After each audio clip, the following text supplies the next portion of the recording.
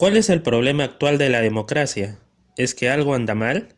¿Cuáles son los obstáculos que se le ha puesto?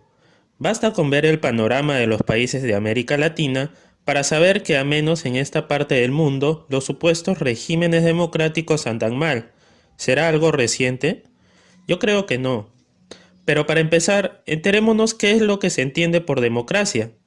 Definitivamente una definición exacta de democracia no la hay, pero Norberto Bobbio, en su libro El futuro de la democracia, nos indica que la democracia viene a ser entendida como un conjunto de reglas que establece quién está autorizado para tomar decisiones colectivas y bajo qué procedimientos. Evidentemente, esta es una definición procedimental. Sin embargo, de esta podemos sacar una definición formal sobre la base de dos elementos claves. Primero, la voluntad popular y luego la igualdad que todos tienen para tomar decisiones dentro de una sociedad. Porque seamos sinceros, ¿podría calificarse de democrático a un sistema en el que no se respete la voluntad popular? O de la misma manera, ¿podría calificarse de democrático a un sistema donde hay elecciones y votos masivos, pero donde no todos pueden votar o pudiendo ellos, este voto es coaccionado? Sin duda que no, porque precisamente un régimen democrático se caracteriza por atribuir el poder de tomar decisiones colectivas a un número muy elevado de personas de manera libre. Sin embargo, desde acá ya tenemos problemas, porque es evidente que quienes estén llamados a decidir o elegir deben ser sujetos que puedan plantearse alternativas reales y estén en condiciones de seleccionar entre una u otra opción, o en otras palabras, saber elegir bien a sus representantes, algo que no sucede solamente en el Perú, sino en gran parte de América Latina. Rousseau sugirió que la única forma en que existiera una verdadera democracia era con una mayor cantidad de gobernantes que de gobernados, en estados pequeños donde todo el mundo se conociera, reuniéndose frecuentemente para discutir los asuntos públicos y donde no existiera diferencia de riquezas. Es decir, se proponía como un ideal a la democracia directa y deliberativa, en donde la ciudadanía decidiera sobre los asuntos públicos por medio de la deliberación de las propuestas. Evidentemente, este ideal en la actualidad es imposible. Primero porque ahora los estados no son pequeños, tienen muchísimos más integrantes y hacer una deliberación directa con todos es imposible. Por eso es que se ha pasado a una democracia representativa, lo que ha generado problemas como la corrupción, incumplimiento de promesas por parte de los representantes, etc. Ahora bien, esto no deja de ser un ideal, porque lo que se hace necesario es aterrizar en la realidad, lo que a su vez nos lleva a descubrir que la democracia nos ha traído falsas promesas. Norberto Bobbio identifica seis: el nacimiento de la sociedad pluralista, la reivindicación de los intereses, la persistencia de las oligarquías, el espacio limitado y el poder invisible. Respecto a la sociedad pluralista, es de notar que la sociedad básicamente es un producto de la voluntad de los individuos, y a su vez, los actos de esta sociedad van a estar determinados por esta voluntad general que actúa o debe actuar como único centro de poder, a diferencia de ahora que existen múltiples centros de poder. Lo explico. Con el crecimiento de la sociedad y el surgimiento de estados mucho más grandes, han surgido dentro de estos una serie de grupos que con un líder o no mantienen diferencias entre sí, sea de orden económico o cultural. Pero lo que es seguro es que son grupos contrapuestos con intereses distintos, por lo que siempre van a proclamar su voluntad como una voluntad general. Es por ello que la democracia en la actualidad no nos ha llevado a una sociedad pluralista, sino más bien a una sociedad de grupos contrapuestos. Esta primera falsa promesa nos lleva a la siguiente: la reivindicación de los intereses. ¿Cómo se reivindicarían los intereses si cada grupo identifica sus propios intereses como los intereses del pueblo? La pregunta, en todo caso, sería si es que existe o no algún criterio que permita distinguir el interés general del interés particular. Si no se logra esta distinción, pues evidentemente se va a tener una representación con intereses particulares e imperativos. Ahora, la tercera falsa promesa de la democracia viene a ser la persistencia de las oligarquías.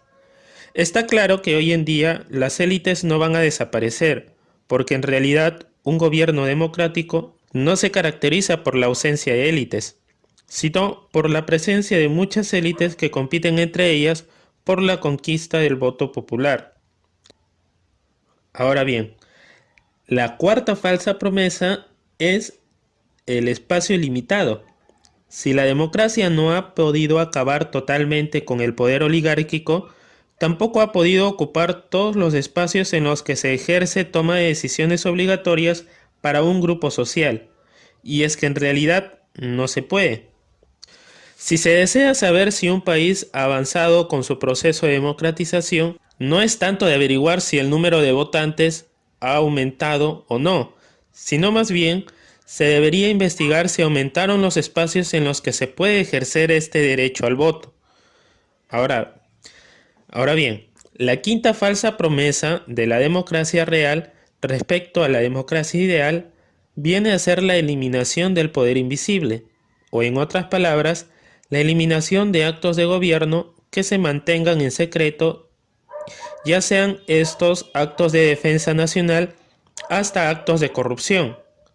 Y es que es así.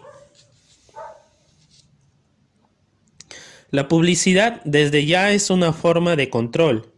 Un gobernante no te va a venir a decir que utilizará los fondos públicos para fines privados, como tampoco te va a decir que firmará un acuerdo que no va a cumplir. Otro problema u obstáculo viene a ser la educación del ciudadano, pues si lo ideal sería que los ciudadanos sean sujetos pasivos, que obedezcan el poder de los gobernantes, estos no van a mantenerlos educados, puesto que esto generaría apatía política, precisamente porque tendrían la capacidad y el interés de saber que los actos de gobierno son antidemocráticos. ¿Por qué creen que en determinada época de nuestra historia y aún ahora han proliferado muchos programas basura? Ahora bien, todas estas falsas promesas obviamente no se iban a cumplir en la sociedad actual, porque el proyecto democrático fue pensado para una sociedad mucho menos compleja como la de hoy en día. Norberto Bobbio indica que estas falsas promesas no se cumplieron debido a tres obstáculos o transformaciones que no fueron previstos. El primer obstáculo es el gobierno de los técnicos. Está claro que hoy en día necesitamos gobernantes expertos y capaces en muchos temas como economía o hasta la misma política, y no a alguien que venga recién a aprender. Si los problemas técnicos de la actualidad social requieren de personal especializado, ¿no se estaría contraviniendo el hecho de que en una democracia todos somos iguales y capaces de tomar decisiones? El segundo obstáculo es el continuo crecimiento del aparato burocrático. Pongámoslo así, conforme el número de personas con derecho a voto se ha ido ampliando, también se ha ido ampliando el número de necesidades que el Estado necesita cubrir. Si antes votaban solo los propietarios, el Estado solo tenía que cubrir su derecho a la propiedad. Sin embargo, como ahora el voto es universal, el Estado tiene que cubrir las necesidades de todos, ralentizando y burocratizando la atención en servicios públicos como salud, justicia, etc. Y el tercer obstáculo y último es el escaso rendimiento de los gobiernos democráticos que en un primer momento, hablando ya de un Estado liberal y luego de un Estado democrático, estos contribuyeron a emancipar a la sociedad civil del sistema político. Es decir, han contribuido a que la población tenga más libertades y derechos que exigir al gobierno. La sociedad se vuelve en una fuente inagotable entonces de demandas, que exigen respuestas rápidas que un gobierno no va a ser capaz de dar, a menos un gobierno democrático.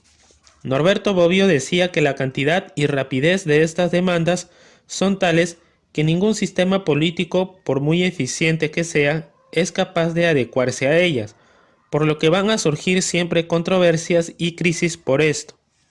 Ejemplos de esto son las constantes protestas por el alza de precios de alimentos y combustibles. Un gobierno autocrático, es decir, una dictadura, daría respuestas mucho más rápidas. El problema es que no siempre van a ser respuestas buenas hacia la población, lo que contrasta con un gobierno democrático donde existe participación, pero serios problemas para ponerse de acuerdo. Sin embargo, pese a todos los problemas que pueda ostentar, los gobiernos democráticos se han mantenido en el tiempo, o al menos eso parece suceder. Ahora bien, ¿qué opinas tú? ¿Le ves futuro a los gobiernos democráticos?